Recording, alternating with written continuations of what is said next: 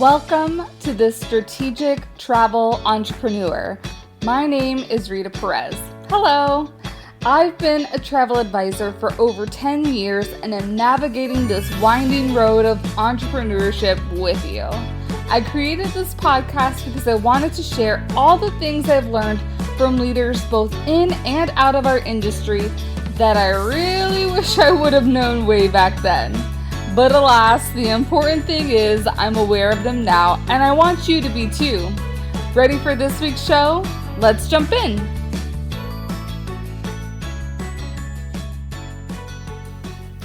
Hello everyone. Welcome back to the podcast. It is so nice to have you here. We're going to be continuing our visibility little series that I've been putting together here, and today's episode is about social media tips, strategies, techniques that no one really else is talking about, and that really, it has a lot to do with, again, visibility and how do you become visible. So I know social media, or what we think of social media, is just something where we are just mindlessly scrolling to take a little bit of time away. And if that's what you're doing without a strategy, then you are not doing it the right way. Now, if it's our personal use, totally fine. Yes, just go ahead and escape from the world and everything that's going on. But if you really want to be strategic with your social media and help it grow, help you become more visible in front of potential clients and referral partners, but also to be able to convert into actual paying clients, you have to do more than just posting, praying, spraying, and scrolling. It's just, there is more effort, and there's so many tools that are out there to help you with that. You have to put meaningful opinions. You have to be such a big giver when it comes to social media. You can't just post something and hope that something's going to come back to you. Are you doing stories? Are you doing weekly lives to show your expertise a little bit? Stories are really, instead, they can be educational, but stories, you really can utilize them for people to get to know you a little bit better. What's going on in your personal life? What kinds of updates do you have in your travel business? Instead of just scrolling to scroll and see pretty pictures or learn some things yourself, comment back on other people's posts with something meaningful. Maybe if it's just an amazing quote, you're like, booyah, yes, fire, bomb, 100%. But to really, especially make a relationship with somebody else on social media, you need to do more than just that. Maybe they are having a story about something that has happened in their personal life. If it resonates with you, or if you have a relation or connection to that, respond back to that and start that relationship. It intrigues them a little bit. Open it up oh my gosh, yeah, I also have an autoimmune disorder. How long have you been dealing with that? Oh yes, I have to do this and this, and oh yes, they're crazy, I know. Make that relationship.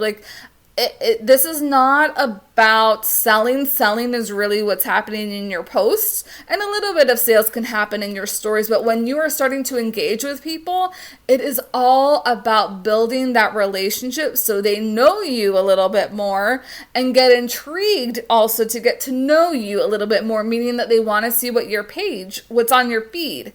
What's on your page, what's in your bio. If they're intrigued by that, then they'll want to go to your website. Maybe they don't need your services, but they know somebody who needs your services. When you are scrolling at different content, you want to take that into stride as well. And that's you should be carving a little bit of time. Sometimes when I'm on my phone looking at social media, I have to remind myself, okay, I am in business owner CEO mode. I have to create some sort of relationship. So let's go ahead and find posts that I can meaningfully comment on. And meaningfully comment on is I give some sort of thought that's really important to myself or perspective that someone may not have thought about before. That's a lot of what I do, especially on LinkedIn, because LinkedIn is another platform that I'm trying to be more active on, but I Instagram is my number one because there's so many different ways to interact with people on Instagram. My number two is on LinkedIn, and really I don't use Facebook unless it's really a Facebook group like the Strategic Travel Entrepreneur for making those types of relationships. So, or if it's somebody else's Facebook group where I can showcase some of my expertise, again, bring some interesting thoughts or perspective on something that someone else may not have known. So I feel like it was December now, I need to up my ante in LinkedIn, but I had a very opinionated post, and I feel like those are the ones, like, people want to know what's in your innermost workings of your thoughts, opinions, your brain, and you have to put those out so people can take a stand. Are they, oh no, this person isn't for me, which is good because you don't want to be working with those people anyways? Or is it, that's interesting, I've never thought about traveling overseas like that. I'm going to need to stay tuned more to Rita's content. Or they're going to share it out because they agree with whatever you're saying. Or maybe they want to share it out because it's something that relates to their following, and they're sharing it out because it's going to be of value to the people that follow them. Or maybe they're just going to comment on this piece with something that is also thought-provoking. Like, maybe, have you ever thought that travel at home is better than travel at overseas? And you can have that dialogue back and forth. That's what creates the relationships online. So on top of that, a lot of what I have been using both Instagram and LinkedIn for is to find events where people are at that I want to be connecting with. Again, in person is so super scary and nervous, and I think that's part of why I'm I don't know, I can't pull the trigger on it. But I follow a lot of local people on my LinkedIn who announce a lot of different events for people in my specific niche. And I don't mean specific travel niche. I do follow a lot of HR coaching, HR strategists, people in HR, because I do work with a lot of team leaders on that retreat side. And so I want to know the different types of events that are happening so that I can finally put the fear away and put myself out there to meet different HR leaders who are hoping to put on a retreat either this year or next year. And I want them to think about going on a cruise for their next retreat, because it is not a typical retreat. I want to redefine what a retreat means and break them out of the mold that a retreat has to happen in the four boring beige walls of an office. So what is that for you? Who is your ideal client? I think I have done so much ideal client work within myself, but also employing different experts to also identify within me where my strengths are, so I really lean in on my strengths. So that may be something that you want to do, and please don't let it stop you from getting out there and being more visible. But this is something to consider if you're not sure exactly what your messaging should be, or who you should be talking to, or where you should be showing up. You probably want to start consulting with somebody about what your business really is about, what your mission is, what are the major pain points that you're experiencing. And if you need help at identifying some of these things, I would love to help you out with a Voxer half-day session.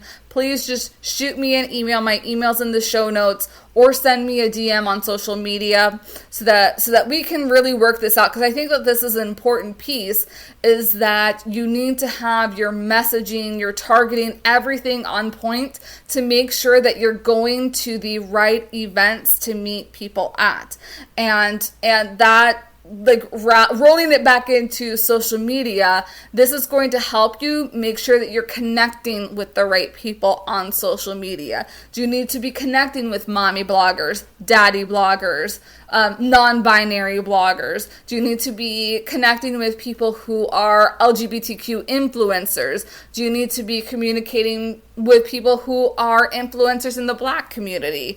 There's all different intersections of who we are and our being and who we want to be serving that you can look to reach out to.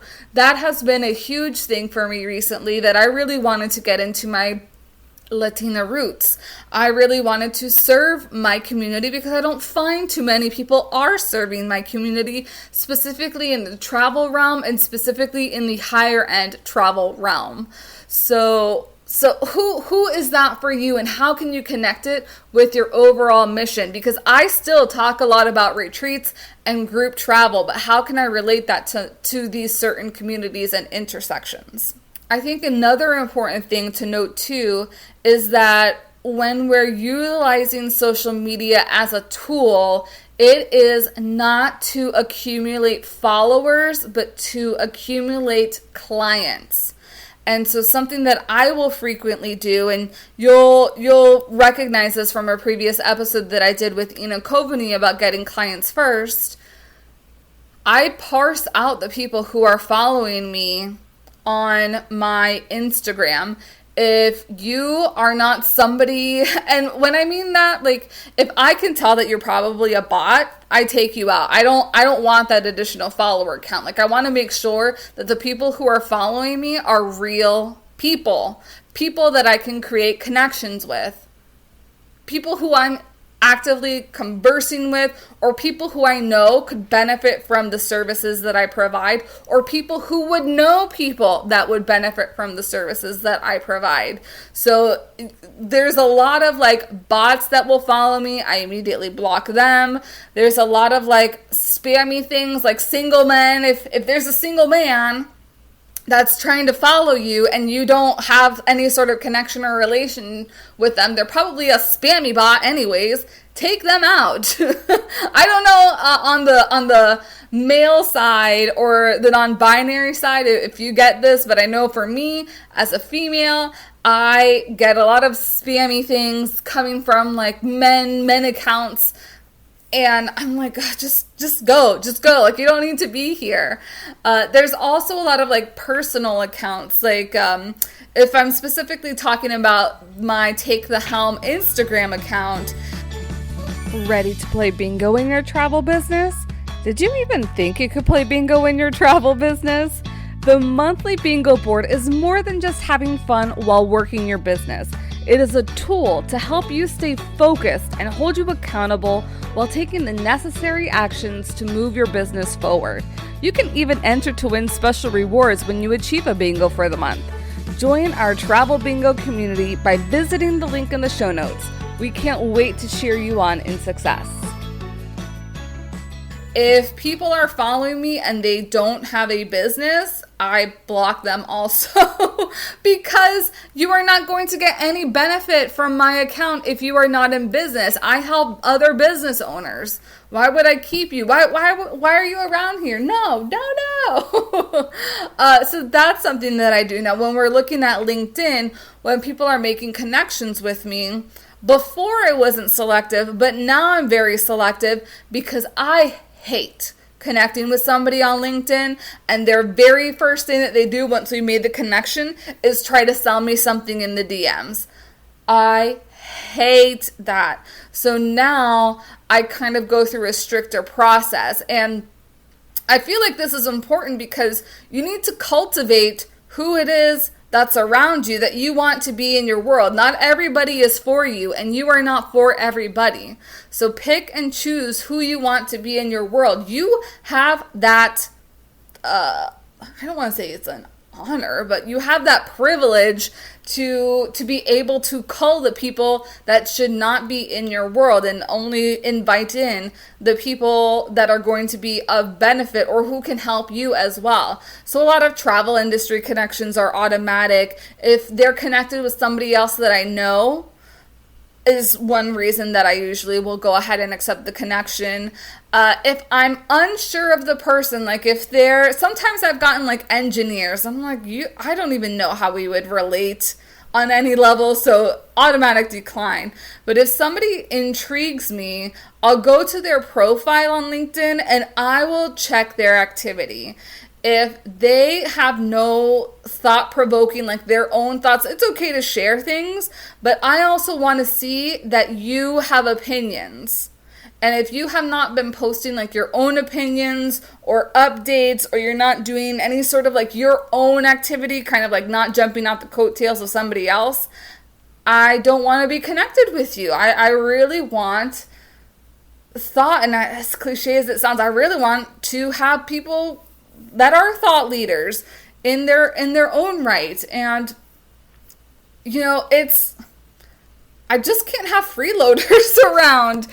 And I hope that makes sense, is that I'm very intentional with both Instagram and LinkedIn, that if you are in my world, there is going to be some mutual benefit that each of us is going to receive, or I'm just going to have like so much fun getting to know you, or you are just so funny and I really love your content. That's when I think about strategically, business-wise, those are the different things that I think about. So kind of like to wrap this up, it is not things that people aren't really talking about, is that you really do have to engage with people. And it's not just providing a like, it's not providing a follow or a simple comment. Like, put your thoughts and opinions out there and see what you can grab. Use social media to find opportunities where your business can be highlighted. Find unique angles, because maybe you are following a mom blogger and they don't really talk about travel, but she talks about moms being burnt out a lot. How does that relate to travel? I can tell you how, but I want you to figure that out. How do moms being burnt out relate to travel? And how can you create some sort of experience? You're not going to talk about that kind of experience, but maybe you give ideas that spark interest. Your expertise being on that different channel means somebody's going to want to follow you because they want to get to know you a little bit better. And once they get to know you a little bit better, the idea is that eventually they're going to be able to turn into a paying client of yours. So what in your content is going to entice them to be able to do so and make that decision? It's kind of like we're going down the rabbit hole now. And then be selective with the people who you are following, and make sure to put out thought-provoking posts, not just like, oh, I'm in Tahiti today, look how amazing this is. Make sure that you're also adding a call to action on every single post that you have. And that the call to action is not, you should buy travel from me. Because anybody can say that. So you want to have other type things like, where would you like to go on your next honeymoon? Or if you're planning a baby moon, have you thought about Tahiti as your next adventure? Or did you know that river cruises are more inclusive than ocean cruises? Like, put something out there that gets people to start talking and reacting. And also, another really good thing to know is if you're doing some engagement stickers, specifically with Instagram, that is a really great way to help people start taking action and being included and involved in your world. Because that's the other thing that I have noticed, is that it's not just good enough for them to be lurking. You want some sort of engagement so that you can strike up some sort of conversation with them. Now, a lot of people, you also have to be aware that a lot of people are just going to be lurking your material, and that is just fine. I have mentioned this before, that there is somebody who rarely does any sort of comment on any of my things, but when I have conversations, she's like, oh my gosh, Rita, you just enticed me so much to try this out for my own business. So it's kind of like a gateway. There's a big combination of things.